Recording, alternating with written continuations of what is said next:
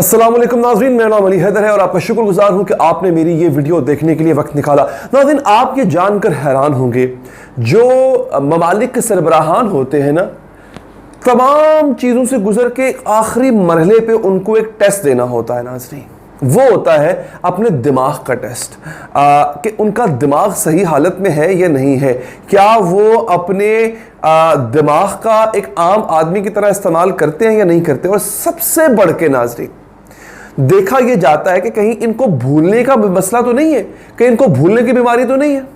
अच्छा, इसमें एज भी बड़ी काउंट करती है कि इसकी उम्र कितनी है। अब जो चीज़ सामने आई है बड़ी हैरान कौन है। आप जान के हैरान होंगे कि अमेरिकी सदर जो बाइडन, जो कि ट्रंप को हराकर कई मराहिल पार करके इस जगह पे पहुंचे हैं कि दुनिया की सबसे बड़ी सुपर पावर का वो सदर बन गया है, यानी दुनिया का ताकतवर तरीन इंसान बन गया है।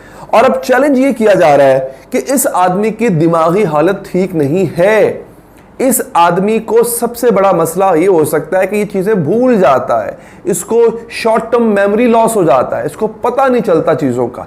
ये बहुत बड़ा इल्ज़ाम है और ये इल्ज़ाम किसने लगाया और क्यों लगाया है, क्योंकि कुछ हुआ ऐसा अभी हाल ही में अमेरिकी सदर से कुछ ऐसा हुआ है कि जिसके बाद सवालात उठने लगे हैं और बाकायदा अब ये इल्ज़ाम तहरीरी सूरत में व्हाइट हाउस भेजा गया है और वहाँ पे कुछ जो कांग्रेस के आप यूँ कह लें कि नुमाइंदे हैं, उन्होंने इस पर दस्तखत भी कर दिए हैं। तो आइए नाज़रीन, जानते हैं कि इस सब के पीछे असल कहानी है क्या। तो आगे बढ़ने से पहले अगर आप चाहें चैनल को सब्सक्राइब करके बेल का आइकन ज़रूर प्रेस करें ताकि इस तरह की तमाम अपडेट्स आप तक बर वक्त पहुँचती रहें। नाज़रीन, हुआ ये कि फॉर्मर व्हाइट हाउस डॉक्टर हैं, यानी जो इससे पहले सदर थे, उस दौरान जो व्हाइट हाउस के डॉक्टर थे, आपको पता है व्हाइट हाउस का अपना सर्जन होता है, अपना डॉक्टर होता है, अपना फिजिशियन होता है, उनका नाम है डॉक रॉनी जैक्सन। उन्होंने कहा है जनाब, एक खत लिखा है, उन्होंने कहा है कि जो बाइडन का जो है ना, एक होता है कॉग्निटिव टेस्ट, वो टेस्ट करवाया जाए। मैं बताता हूँ टेस्ट किस चीज़ के लिए होता है। और उसने कहा कि मैं शर्त लगा के कह सकता हूं कि इसको अल्जाइमर्स भी है, इसको डिमेंशिया भी है। अब ये दोनों बीमारियां क्या होती हैं? ये दोनों बीमारियां ये होती हैं नाज़रीन कि जो इन दोनों बीमारियों का शिकार लोग होते हैं ना, उनमें दो चीज़ें होती हैं। एक वो कि उनका मेमोरी लॉस हो जाता है, वो भूल चुके होते हैं। आपने नोट नहीं किया, अक्सर लोग जो है वो जो इस बीमारी का शिकार होते हैं, जो बुजुर्ग होते हैं, वो आपको कुछ और समझ रहे होते हैं, या अगर अभी थोड़ी देर पहले आपने उनको पानी पिलाया ना, तो कहेंगे तूने तो मुझे पानी नहीं पिलाया, मैं तुझसे पानी मांगा था। उनको ये बीमारी आ जाती है।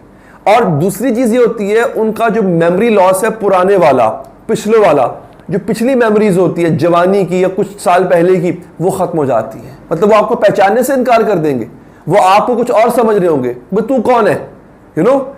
ये डिमेंशिया और अल्जाइमर्स के अंदर ये चीज होती है। अच्छा, ये किन लोगों को होती है?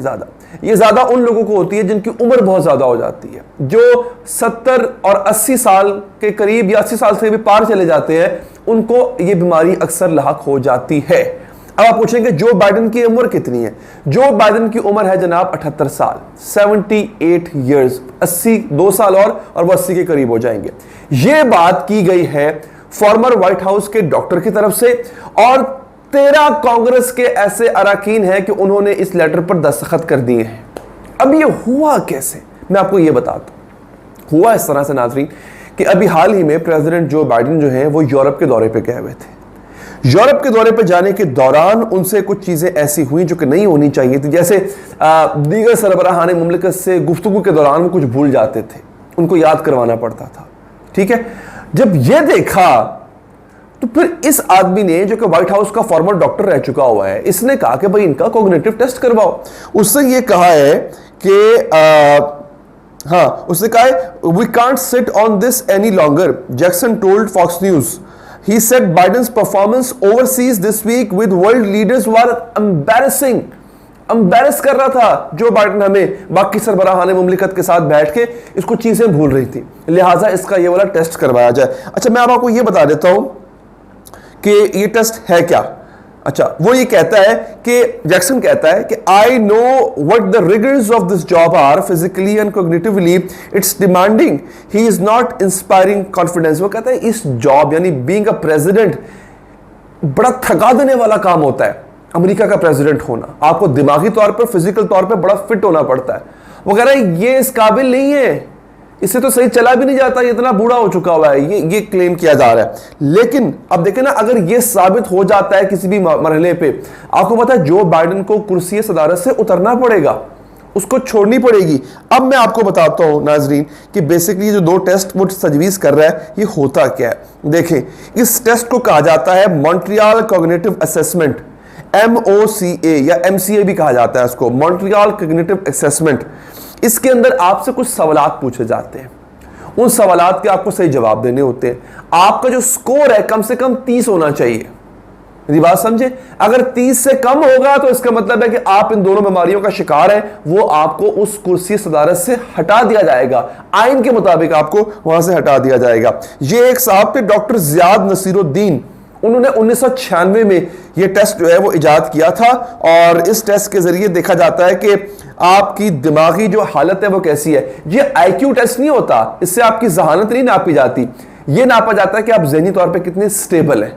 ठीक हो गया जी। अच्छा, अब ट्रंप ने जब इससे पहले जब ट्रंप आया था उसका भी ये टेस्ट हुआ था, तो आपको पता है उस पर भी खदशा जाहिर किया गया था, ट्रंप की भी काफी उम्र है। अच्छा, ट्रंप से एक सवाल किया गया, एक शो के दौरान सवाल किया गया, ट्रंप को कहा गया कि भाई आपने कैसा टेस्ट दिया है ये। उसने कहा कि बड़ा आसान टेस्ट होता है, ये तो टेस्ट ले कोई नहीं, आपको तस्वीर दिखाते हैं, आपसे पूछते हैं तस्वीर किस चीज़ की है, मुझे दिखाएगी, मैंने देखा, मैंने कहा तो हाथी है, एलिफेंट है। उसने कहा नहीं, होस्ट ने कहा नहीं, ऐसे नहीं सर।